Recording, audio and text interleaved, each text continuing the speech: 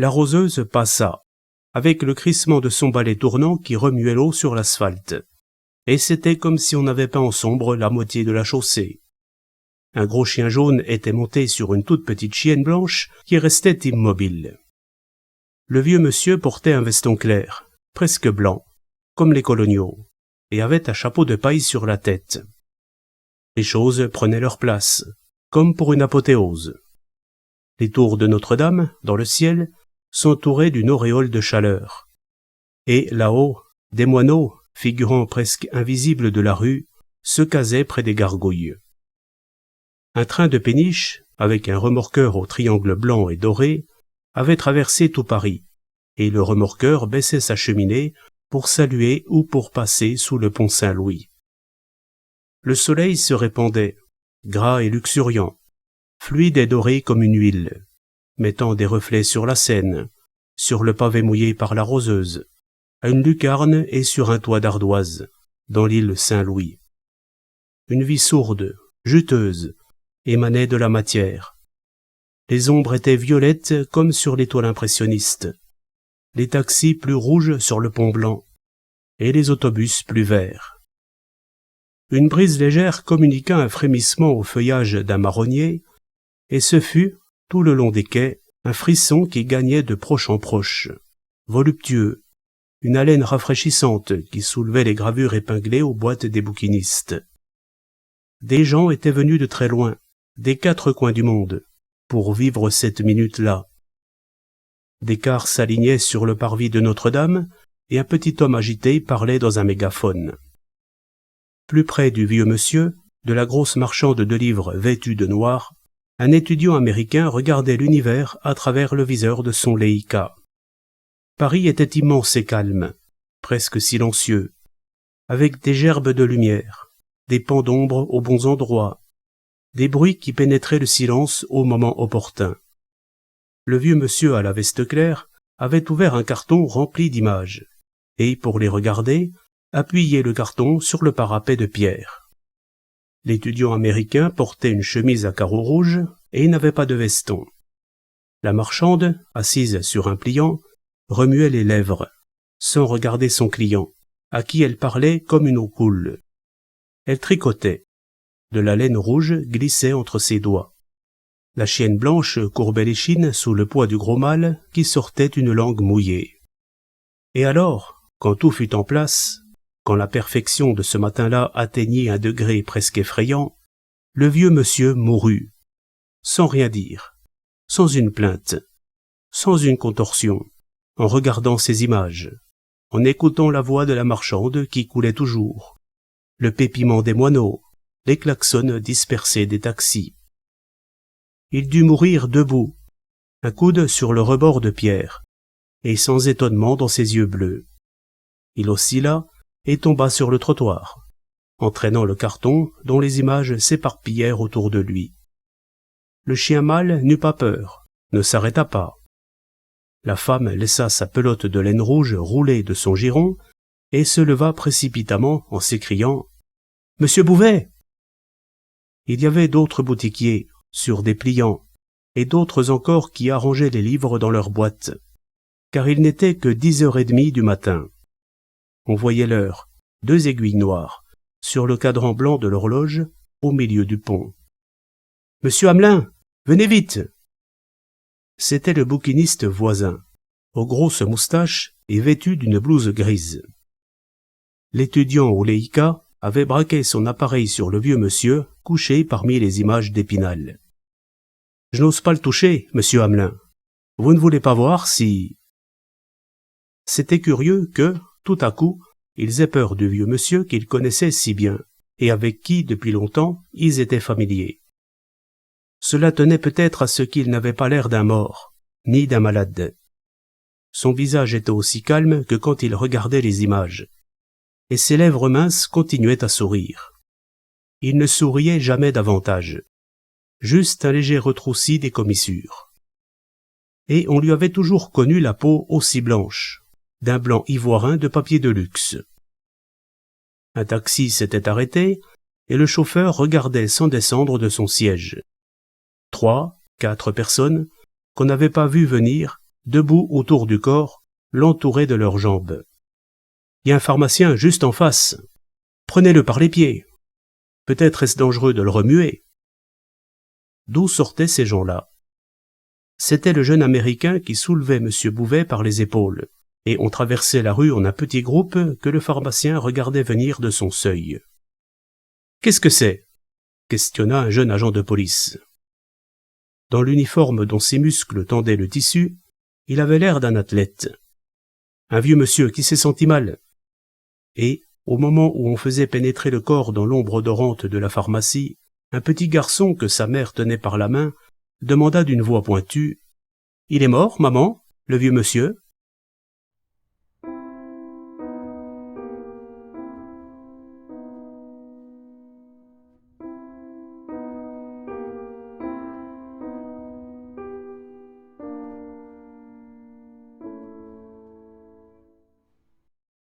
La bouquiniste, Madame Poncet, qui avait 65 ans, restait au premier plan.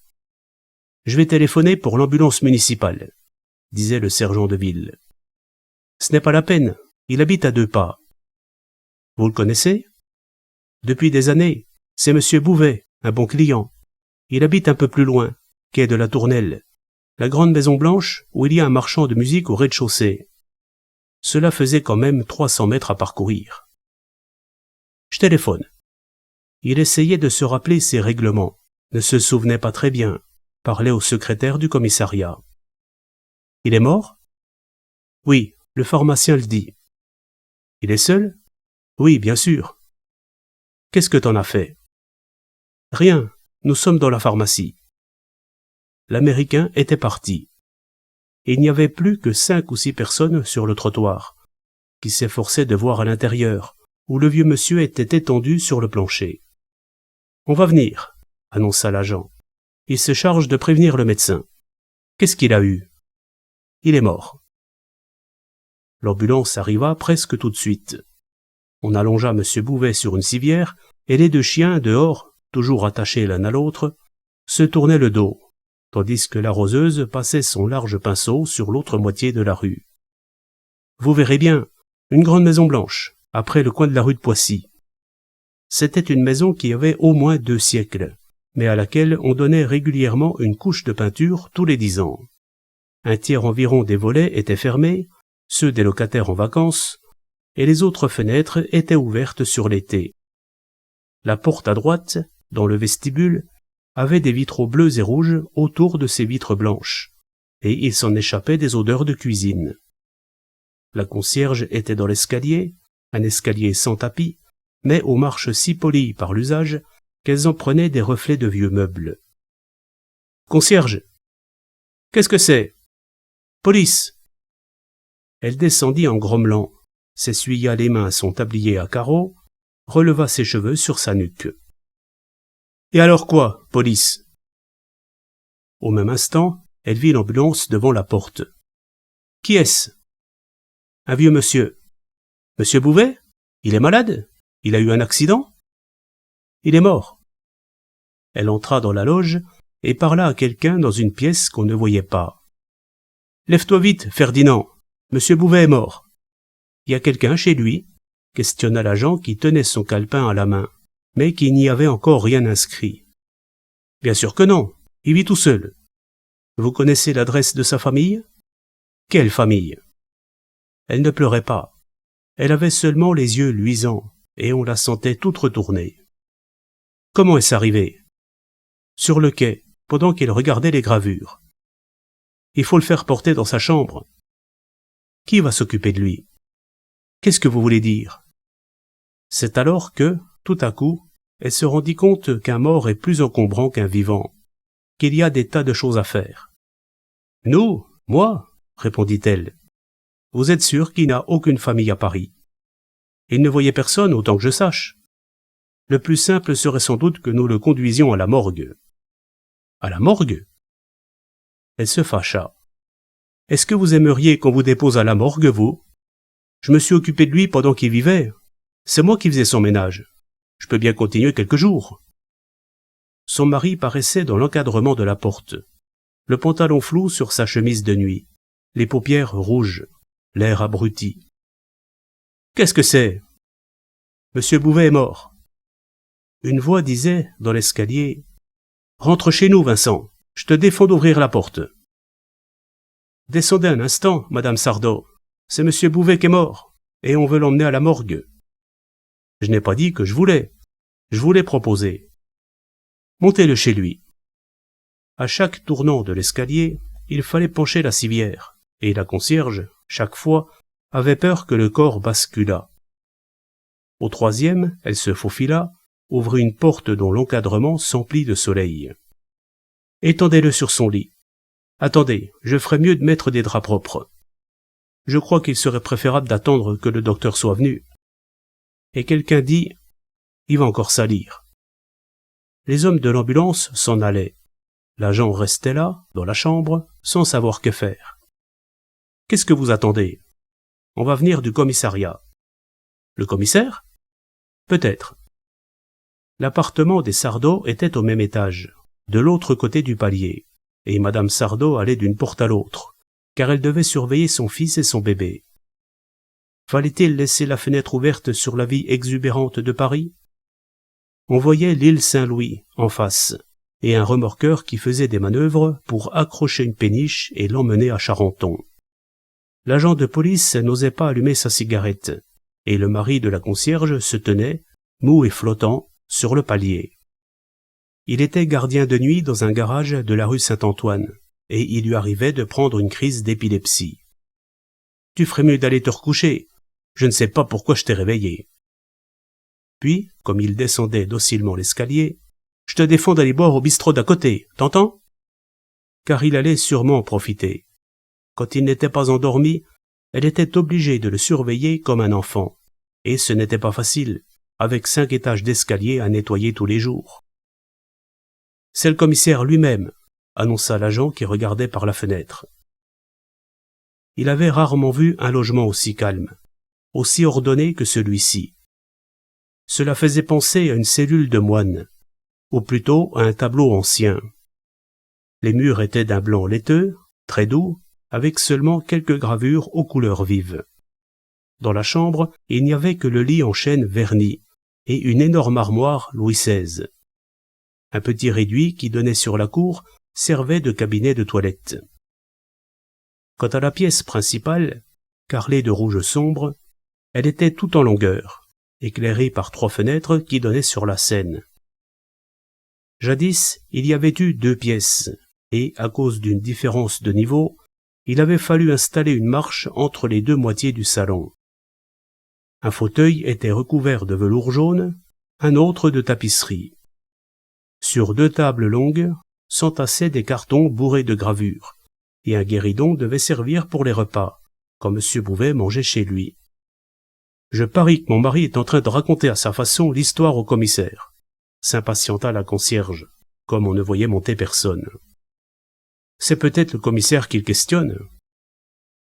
Celui-ci monta enfin, s'épongeant, car il commençait à faire chaud. Si je comprends bien, il s'agit d'une mort subite sur la voie publique. Oui, monsieur le commissaire. Pas de famille ? Je ne lui en connais pas, répondit la concierge. Le docteur vient tout de suite pour le constat. Je suppose qu'il est bien mort. Il alla jeter un coup d'œil au visage serein de M. Bouvet. Vous savez s'il avait de l'argent ? Sûrement assez pour vivre. Je suppose qu'il va falloir mettre des scellés. Il doit bien avoir des héritiers quelque part. Il ne m'en a jamais parlé. Depuis quand le connaissez-vous ? Il a loué cet appartement bien avant la guerre, vers 1936. Et il y a toujours vécu depuis ? Machinalement, le commissaire avait ouvert un des cartons, et il se montrait un peu surpris de n'y voir que des images d'Épinal, de ces images naïvement enluminées que les colporteurs vendaient jadis dans les campagnes. Il nous a quittés pendant la guerre. Ah, vous savez où il est allé ? En zone libre, quelque part à la campagne. Les Allemands sont venus plusieurs fois me questionner et fouiller son logement. Il est juif ? Je ne pense pas. Il n'en a pas l'air. Vous savez où il mettait ses papiers ? Il n'y avait qu'un bahut dans la pièce, entre 2 fenêtres, et les tiroirs n'étaient pas fermés à clé. Il s'y trouvait encore des images d'Épinal, de tous les formats, mais pas de documents officiels, ni de lettres. Il menait une existence très simple, très régulière. C'est moi qui faisais son ménage. Voyez s'il a un portefeuille dans sa poche, sergent. Celui-ci fit la grimace, mais obéit. Glissa la main dans la poche du mort, tendit un portefeuille contenant quelques centaines de francs et une carte d'identité. René Bouvet, né à Vimille, Pas-de-Calais, le 15 décembre 1873. Une auto s'arrêtait au bord du trottoir, et Ferdinand, en bas, devait retenir le docteur qui en était descendu. Madame Sardo, de l'autre côté du palier, avait laissé sa porte entr'ouverte, et on entendait rissoler des oignons. Le médecin et le commissaire étaient à peu près du même âge, 45 à 50 ans. « Comment vas-tu ? Et toi ? Qu'est-ce qu'il a eu ? Il est mort il y a une demi-heure, sur le quai, alors qu'il était occupé à regarder des gravures. » Le médecin ouvrit sa trousse et resta un moment dans la chambre, tandis que le commissaire posait quelques questions à la concierge. « Ça m'étonnerait que des héritiers ne sortent pas de quelque part. Savez-vous s'il bénéficiait d'une pension ? » Il n'en a jamais parlé. Il recevait du courrier ? Même pas de prospectus. Des journaux ? Il les achetait lui-même au kiosque. Il avait des moyens d'existence. Sans doute, il ne faisait pas de folie, mais ne se laissait manquer de rien. Où prenait-il ses repas ? Souvent ici. Il aimait cuisiner. Il y a une petite cuisine derrière cette porte, avec un réchaud à gaz. D'autres fois, il mangeait dans un restaurant de l'île Saint-Louis à la Belle Étoile.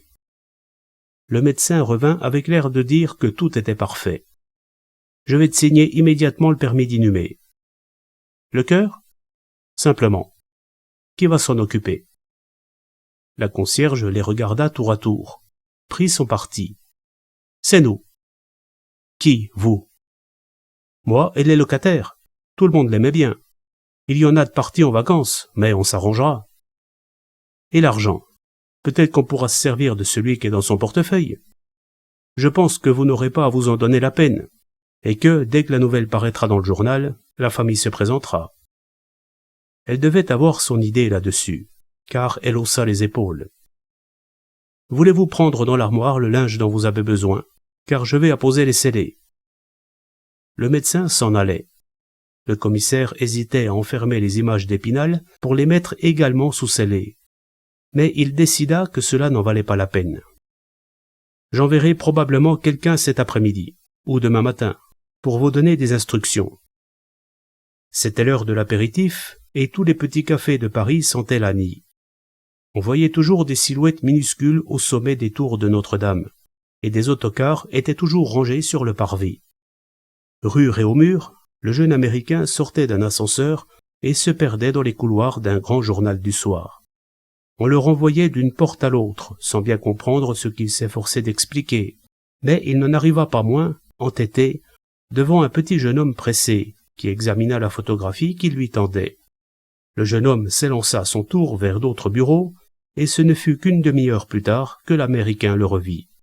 « Ah oui, c'est vous. On va vous signer un bon. Suivez-moi. » À un autre étage, au bout d'une autre file de couloirs. Le bon était de 100 francs, payable à la caisse, au rez-de-chaussée, dans le hall surchargé de dorures. Ce n'était pas la première fois que Madame Léliard, la concierge, que tout le monde appelait Madame Jeanne, faisait la toilette d'un mort. Elle était petite, mais M. Bouvet n'était pas plus gros ni plus lourd qu'elle. Madame Sardo avait envoyé son gamin jouer dehors, et de temps en temps, elle le surveillait par la fenêtre. « À la morgue », que l'agent disait. La tache blanche et rouge des scellés, sur les meubles, l'humiliait comme une insulte. Elle était montée au 5e, pour dire à M. Francis de ne pas jouer de l'accordéon ce jour-là. C'était un jeune homme aux cheveux bruns, très gentil, très bien élevé, qui jouait le soir dans un bal musette et qui répétait ses morceaux des heures durant. « Vous ne voulez pas venir le voir ? Il est tout propre, on jurerait qu'il dort. » Il était descendu un moment, pour faire plaisir à la concierge.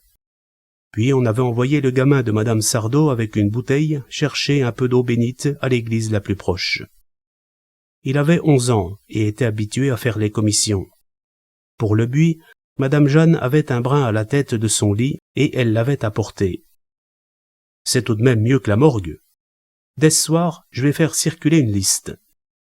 C'est la coutume, quand un locataire est mort, de donner chacun quelque chose pour acheter une couronne. Les bouquinistes des quais donneraient aussi, car M. Bouvet était leur client et passait une partie de ses journées à bavarder avec eux. J'espère qu'il ne va pas nous arriver une pain-bêche de belle-fille, ou quelqu'un de ce genre qui voudra tout arranger à sa guise. Elle avait prévenu Madame Aurel, qui ne quittait plus son appartement, au second étage, à cause de ses grosses jambes. On poussera votre fauteuil près de la fenêtre, et vous pourrez voir l'enterrement. Tout à l'heure, les locataires qui ne prenaient pas de vacances, ou qui n'étaient pas encore partis, rentreraient les uns après les autres. Et tout était prêt. La chambre était propre, les volets fermés, avec, sur le guéridon recouvert d'une nappe blanche, un bol d'eau bénite et le buis, entre deux bougies qu'il suffisait d'allumer en entrant. La photographie ne parut pas dans la première édition du journal, à 1h30, ni dans celle de 3h, mais seulement dans la 3e édition, qui sortait presque tout de suite après, et parce qu'elle était pittoresque, on l'avait mise en première page. Monsieur Bouvet était étendu sur le trottoir, un bras replié, et tout autour de lui étaient éparpillées des images d'Épinal si nettes qu'on en reconnaissait le sujet. « Vous avez vu, Madame Jeanne ? Vous auriez le cœur, vous, de photographier un homme qui vient de mourir, qui n'est peut-être pas encore tout à fait mort ?» Monsieur René Bouvet, un vieux bibliophile bien connu sur les quais, est surpris par la mort au moment où il feuillette des gravures. Dans un coin du cliché, on distinguait la jupe de la marchande, et même sa pelote de laine.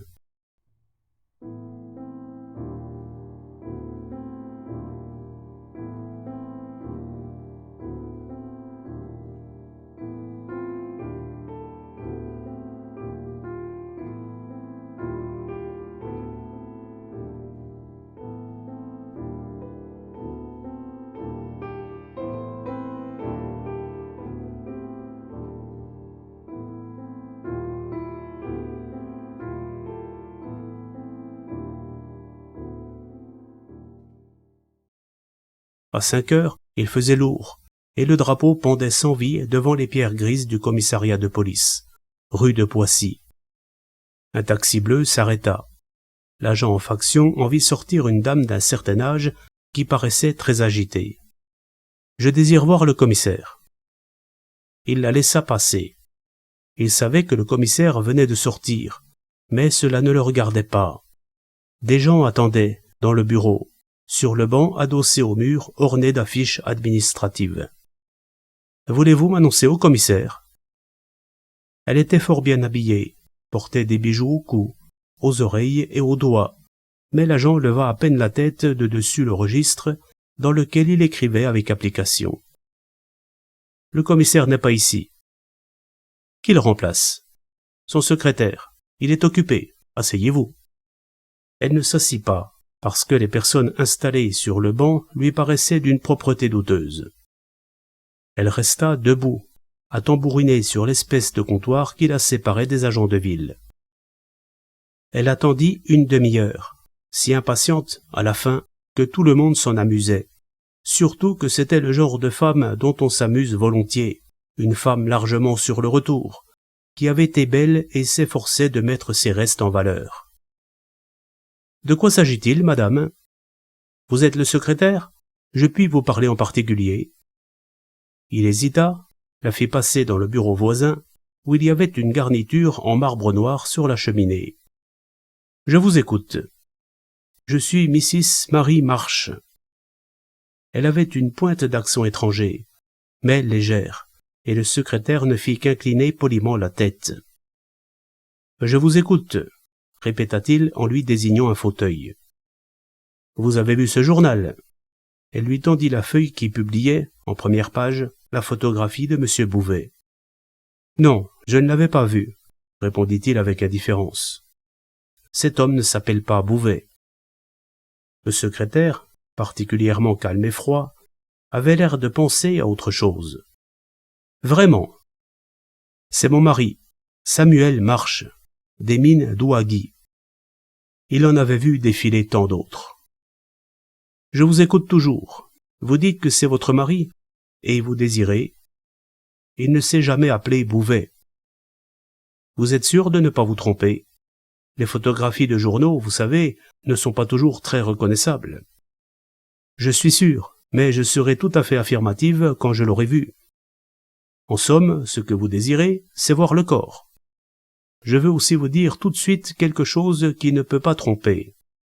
S'il y a une cicatrice en forme d'étoile sur la jambe droite, un peu en dessous du genou, c'est que c'est bien lui. Il y a longtemps que vous ne l'avez vu. La dernière fois, c'était en 1932. À Paris? Au Congo belge, où il s'occupait de sa mine. Vous vous êtes séparés?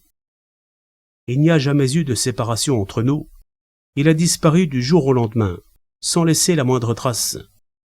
Et, depuis, je me ruine en avocat pour faire reconnaître mes droits. Le secrétaire soupira, alla ouvrir la porte, appela un inspecteur en civil qui avait retiré son veston. « Tu devrais aller avec madame. Attends que je te donne l'adresse. C'est quai de la Tournelle. Tu trouveras le numéro au rapport. Il s'agit de reconnaître un vieux bonhomme qui est mort ce matin. » Il essaya de rattraper le vieux bonhomme, mais il était trop tard, et la dame n'y avait pas fait attention. « Je reviens tout de suite, » annonça l'inspecteur. « Si vous voulez me suivre, madame, c'est à 2 pas. J'ai mon taxi à la porte. » « Très bien. » Il remit son veston, attrapa son chapeau au vol. « Quai de la Tournelle ?» C'était une journée d'été tellement parfaite qu'il semblait saugrenu de s'occuper de n'importe quoi. Ils virent la Maison Blanche, dont le blanc était un peu bleuté maintenant que le soleil ne la frappait plus en plein. « Je suis sûr que c'est lui, » affirmait Mrs. March. Et, ce qu'il y a de plus extraordinaire, c'est que nous habitions la même ville, peut-être depuis longtemps, sans le savoir. On l'a cherché partout. Si vous aviez la moitié de l'argent que j'ai dépensé à ça... L'inspecteur attendit d'être sorti de la voiture pour allumer la cigarette collée à sa lèvre. La dame regardait la maison de bas en haut, se précipitait dans le vestibule, reculait, parce qu'une vieille femme énorme lui barrait le passage et qu'il fallut la laisser sortir avant d'entrer. D'abord, elle ne s'en occupa pas. C'était une vieille en noir, une vieille femme assez pauvre, comme on en rencontre tant dans certains quartiers. Elle avait des cheveux blancs, le visage lunaire. Un instinct fit se retourner Mrs. March alors que la vieille gagnait le trottoir et longeait les maisons comme une ombre monstrueuse. « Qui est-ce » ? « Je ne sais pas, madame. Je ne suis pas de la maison, » répondit l'inspecteur. La concierge sortait de sa loge, le regard méfiant. « Où allez-vous? Qui demandez-vous » ? « C'est pour le mort, » dit le policier. « Madame prétend qu'elle a reconnu son mari dans le journal. » On aurait dit qu'entre elles deux, cela faisait déjà des étincelles. Elle se trompe sûrement. Et moi, je suis certaine de ne pas me tromper. Suivez-moi. La maigre Madame Jeanne s'engagea la première dans l'escalier qu'elle n'avait jamais tant monté de sa vie que ce jour-là. De temps en temps, elle se retournait pour regarder la visiteuse avec une sorte de défi. « Je ne vais pas trop vite pour vous ?» Ils étaient essoufflés, tous les trois, en atteignant le 3e étage. « Attendez un instant, que j'aille allumer les bougies. » Elle avait, tout exprès, depuis le matin, une boîte d'allumettes dans la poche de son tablier, et on avait déjà déposé 2 bouquets au pied du lit, de sorte que la pièce commençait à sentir la chambre mortuaire. « Venez !» Les narines de M. Bouvet s'étaient pincées, et son visage s'était un peu creusé. La peau était devenue encore plus blanche, comme diaphane, et le vague sourire qui flottait sur ses lèvres, quand on l'avait ramassé pour le transporter à la pharmacie, s'était précisé, en changeant de qualité, était devenu presque sarcastique. Mrs. March ne disait plus rien, impressionnée peut-être par la demi-obscurité, par les 2 bougies et le brin de buis. Elle saisit celui-ci, machinalement, et traça une croix dans le vide. « Eh bien ?» questionna l'inspecteur. Elle hésita. « Je suis sûr que c'est lui », prononça-t-elle enfin d'une voix mal affermie. Elle se hâta d'ajouter « Regardez sa jambe droite. Si l'étoile y est,